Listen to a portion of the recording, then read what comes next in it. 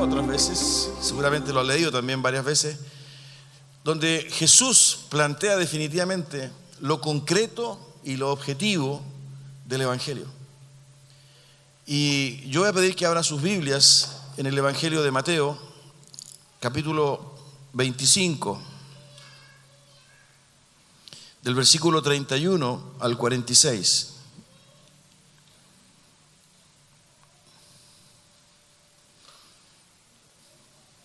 Mateo 25, del 31 al 46. Yo tengo la versión NBI,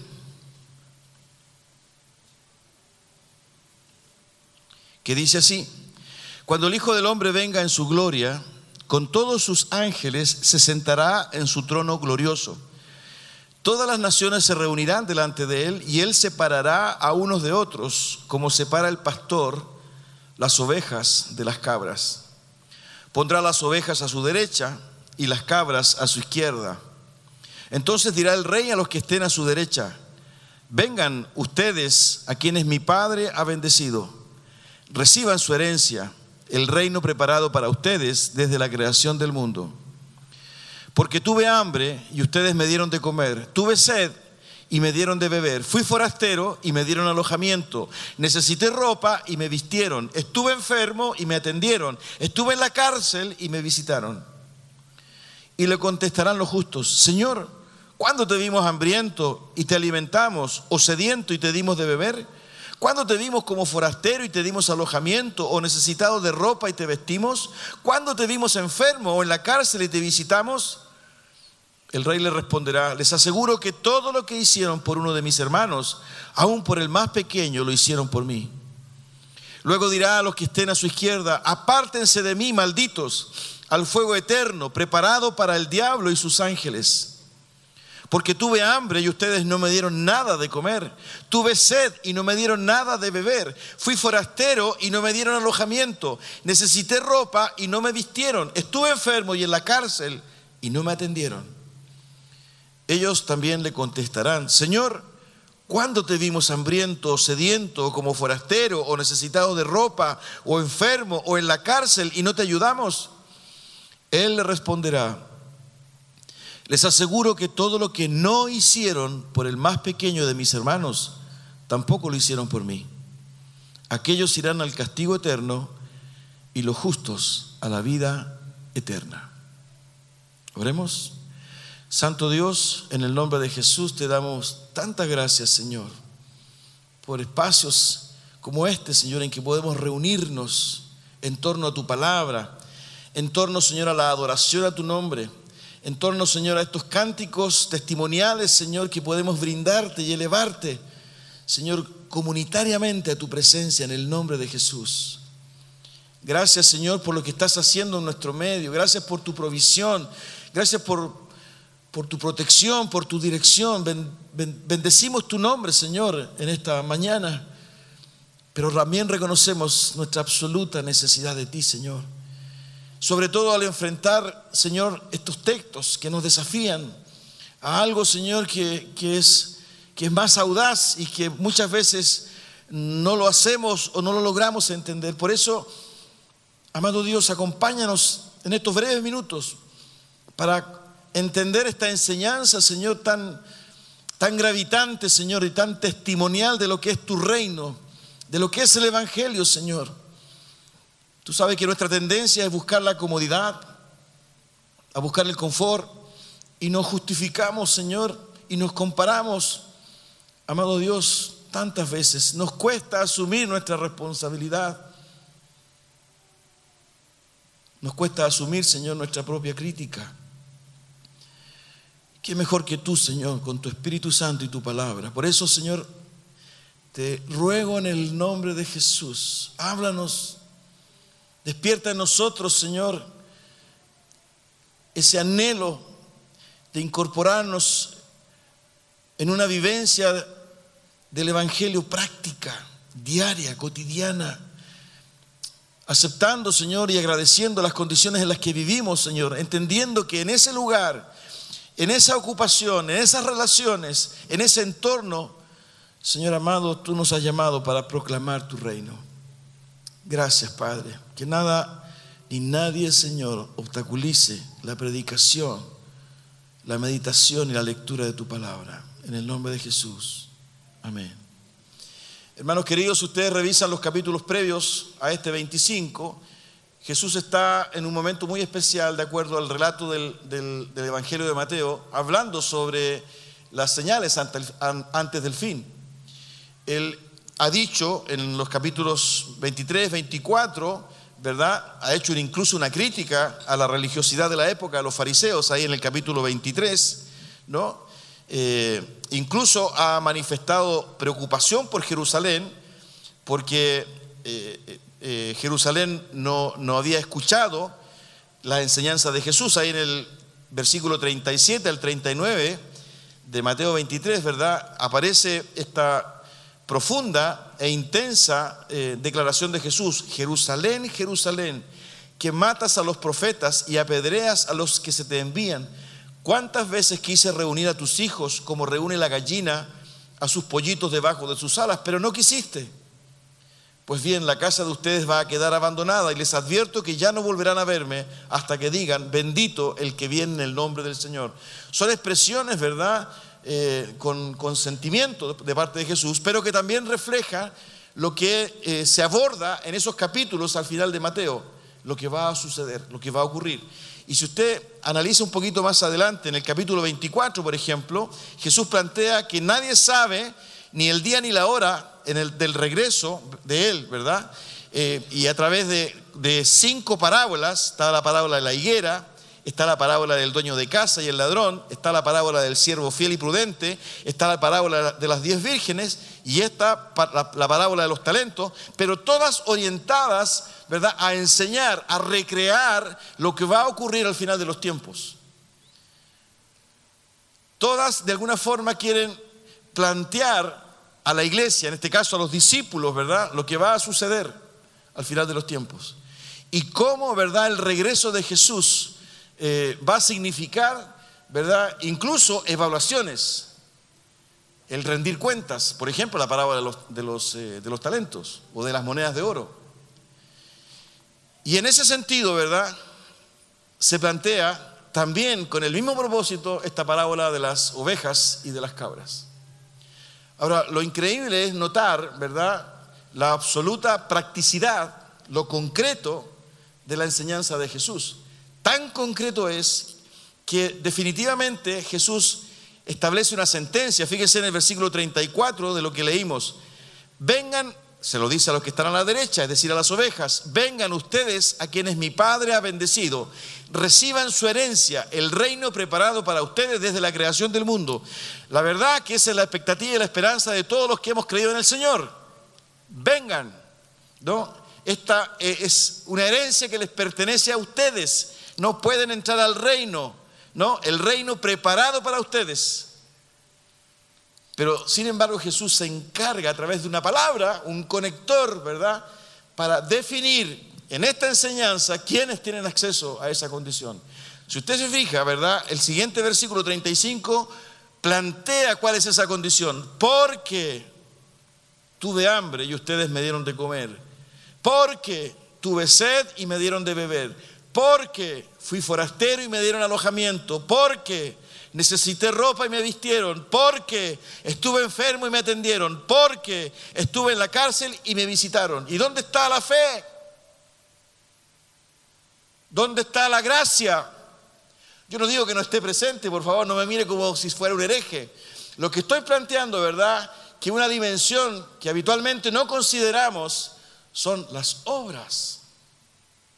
Como lo hemos planteado, ¿verdad?, reiteradamente muchos de estos domingos, ¿verdad?, al parecer nos ha sido tremendamente cómodo y nos hemos sentido muy satisfechos, muy halagados por Dios, porque somos salvos por su gracia.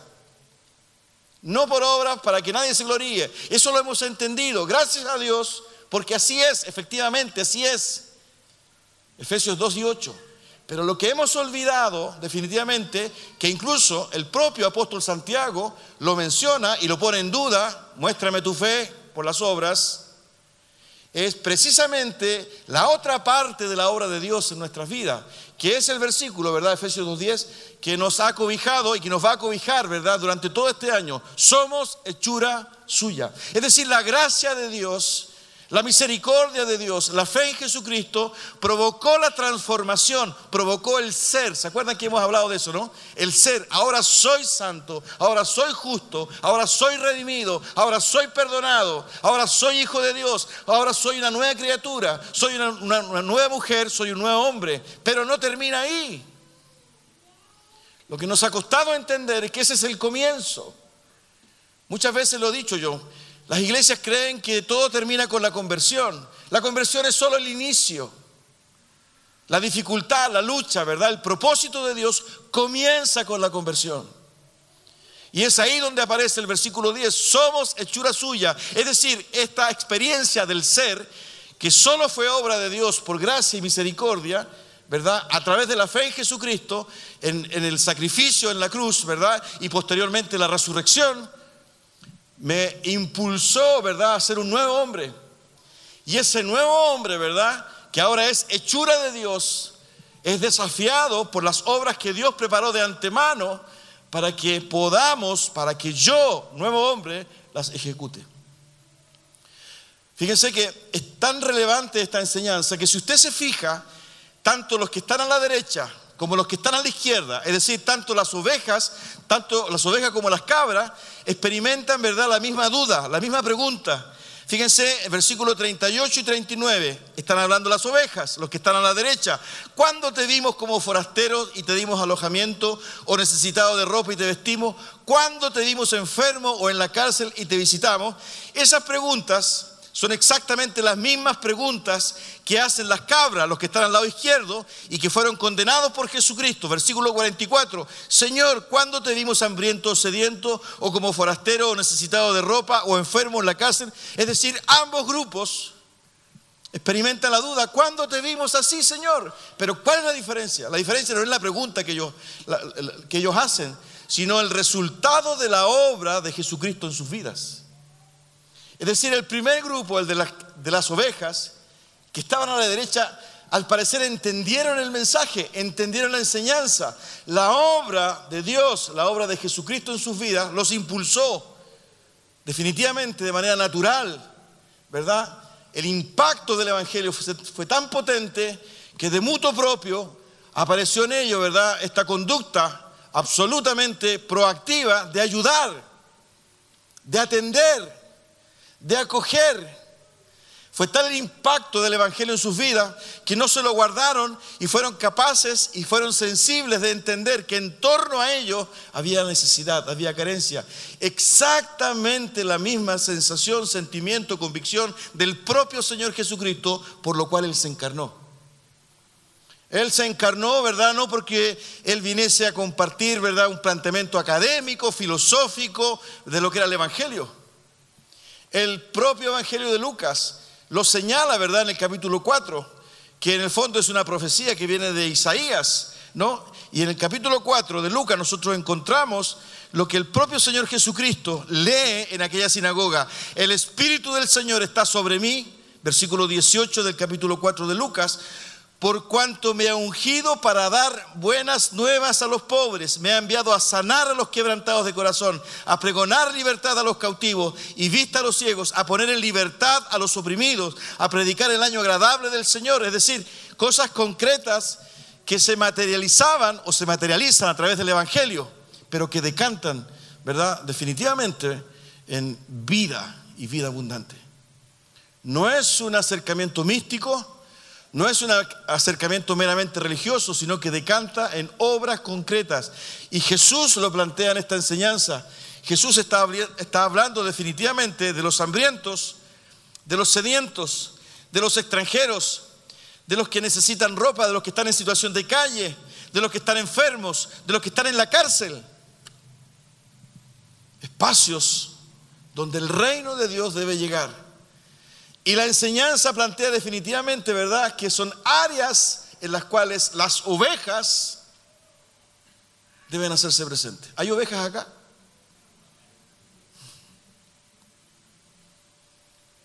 Ese es el Evangelio. el Evangelio integral. Y no está en contradicción, ¿verdad?, con esta otra doctrina de la gracia, en absoluto. Lo que pasa es que algo sucede en nosotros que compartimentamos la enseñanza.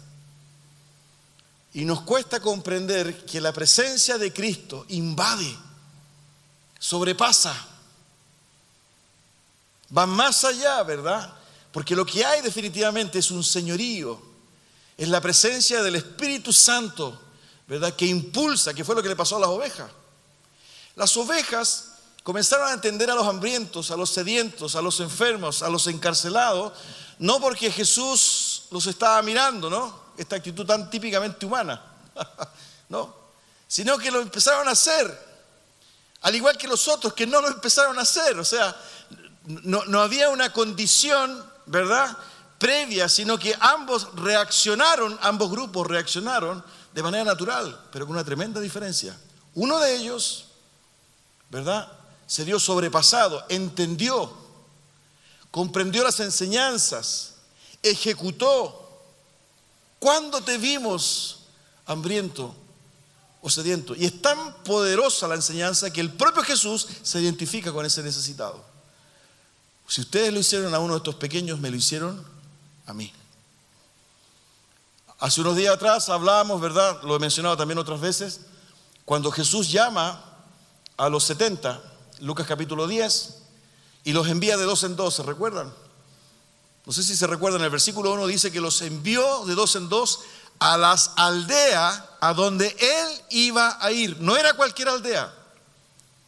No lo llamó, ¿verdad?, y le dijo, vayan a donde quieran ustedes, ¿verdad?, y den un plan y denle con todo, ¿verdad?, prediquen el Evangelio, ¿verdad?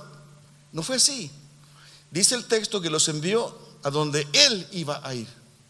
Por consiguiente, cuando Jesús dice, si ustedes lo hicieron a esos pequeños, me lo hicieron a mí, significa definitivamente que en esas condiciones donde hay carencia, donde hay aflicción, donde hay discriminación, donde hay enfermedad, donde hay soledad, donde hay injusticia, ahí está Jesús. Y muchas veces nosotros estamos donde no está Jesús. Estamos en una aldea equivocada, con mucha intención, con mucho esfuerzo, con mucho sacrificio, pero estamos en otra. Mientras mantengamos, ¿verdad?, nuestro espacio de confort y de comodidad, estamos bien. Por ahí algunos han escrito incluso, ojalá que Jesús se demore en venir, porque este ha sido mi mejor año. Imagínate que si viene ahora que las ventas han subido, o que me estoy construyendo una casa en la playa, no, justo ahora. No voy a alcanzar a probar el auto del año. Primera vez que tengo un auto 0 kilómetros. Empecé un magíster, son 2 años, y después quiero seguir al doctorado. Ojalá que venga después que termine el doctorado. La ironía solo tiene el sentido y el propósito de hacernos reflexionar en qué estamos, qué es lo que es importante, cómo vivimos el Evangelio, cómo nos llega, ¿verdad?, lo que sucede, no en Siria, sino que en el departamento de al lado. ¿Cómo vivimos el Evangelio? Y lo tremendo de esto, queridos, es que Jesús lo enseña de una manera categórica.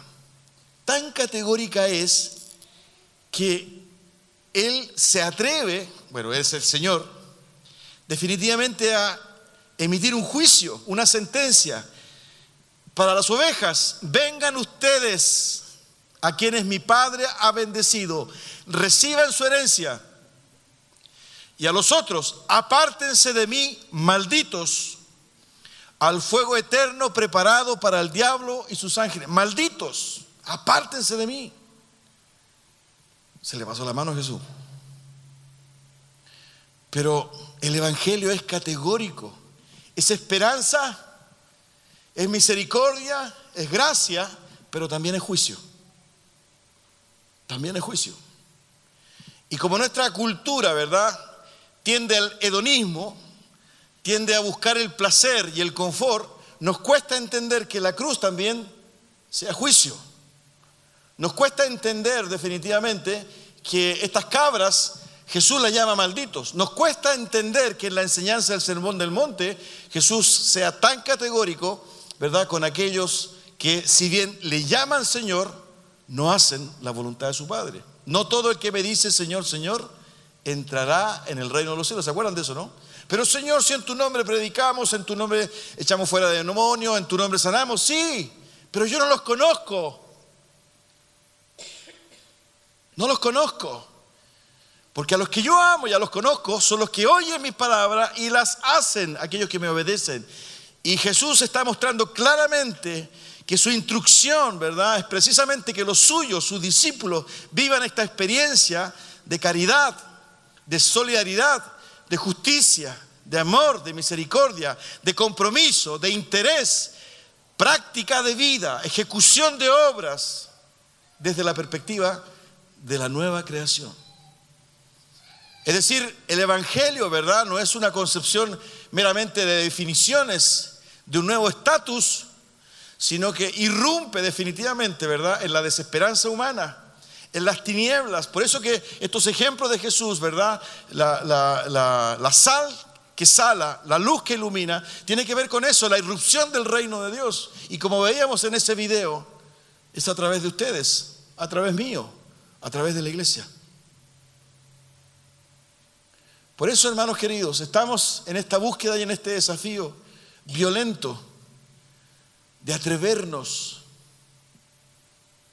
a entender, ¿verdad?, que el Señor preparó obras para nosotros. Son sus obras, no las nuestras. Y además son obras que lo glorifican. Jesús lo dice en el Sermón del Monte. Que no se prende una luz y se esconde debajo de un mueble, sino que al contrario se pone en lo más alto para que alumbre. Así alumbre vuestra luz delante de los hombres, ¿no?, para que glorifiquen a vuestro Padre cuando vean vuestras obras. Y no son las que nosotros creemos, no son las aldeas que nosotros creemos, es lo que Jesús está haciendo. La pregunta es, ¿dónde está Jesús en este momento? ¿Qué está haciendo Dios en este momento? Es allí a donde tenemos que estar.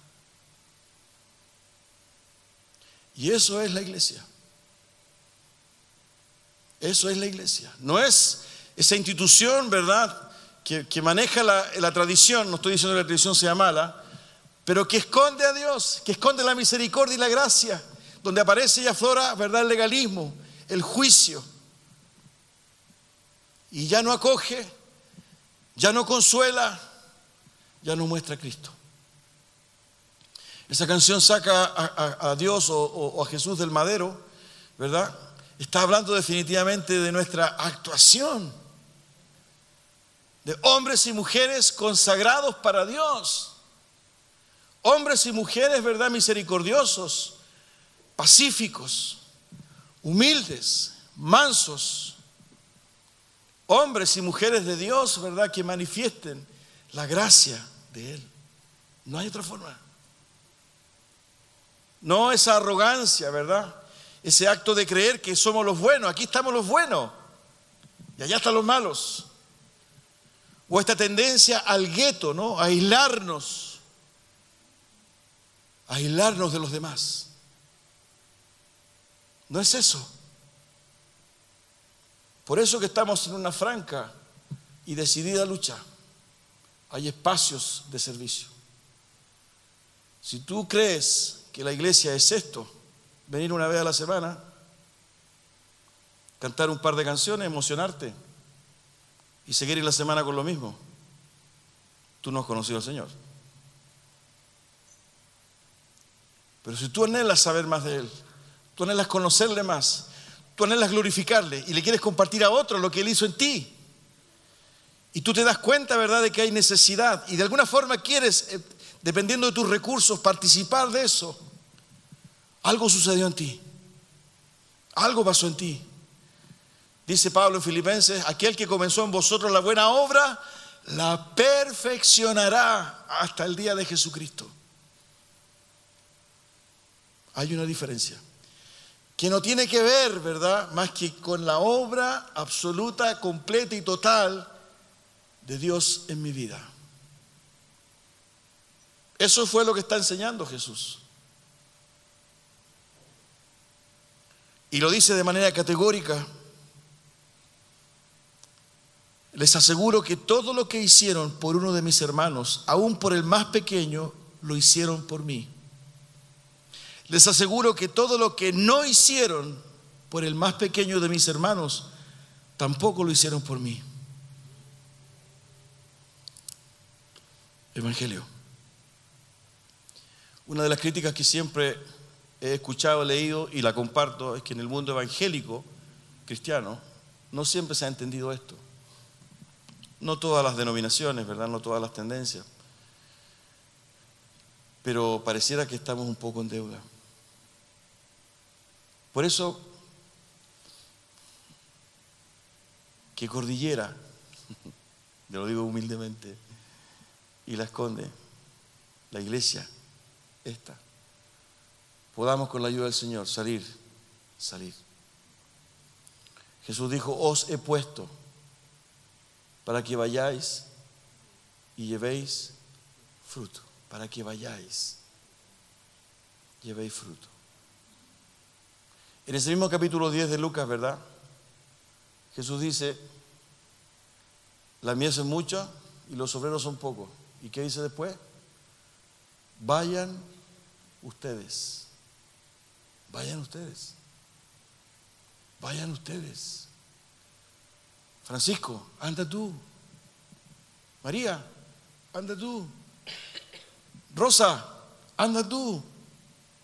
Miguel, anda tú. Lo hermoso de esto, a mí me emociona, es que saben, es que Dios cree que lo podemos hacer. Eso es insólito. Él cree que lo podemos hacer. Tal vez por eso es tan categórico en su sentencia. Malditos. La parábola de los talentos es exactamente la misma. Él cree que lo podemos hacer. La parábola de los talentos, ¿verdad? Es un señor que entrega monedas, ¿verdad?, a su siervo y se va. 2 de ellos duplican lo que el Señor les había entregado y uno, ¿verdad?, lo guarda y no hace nada. Pero ese señor confió en sus siervos. Si hay alguien que confía en nosotros, es Dios. Pero no en el recurso humano que nosotros tenemos, sino que confía en los recursos que Él ha dispuesto para nosotros, porque es para la gloria de su nombre. Él sabe y Él conoce, porque sabe que el Evangelio es dinamita, poder de Él mismo. Pablo lo decía, no me avergüenzo del Evangelio. ¿Por qué? Porque es poder de Dios. Entonces, Dios sabe que lo que hay en nosotros es power. Power significa en inglés poder. Eso es gratis, la traducción. Power. Lo que pasa es que nosotros, ¿verdad?, no confiamos, dudamos. Por eso que la expresión de Jesús con sus discípulos en más de alguna ocasión fue, ¿por qué dudaron? ¿Se acuerdan cuando camina por sobre las aguas? Pedro se hunde y le dice a Pedro, ¿por qué dudaste? ¿Por qué dudaste? La duda nuestra, la desobediencia nuestra, la incredulidad nuestra neutraliza el poder que Dios ha puesto en nuestras manos por la obra que Él ha hecho.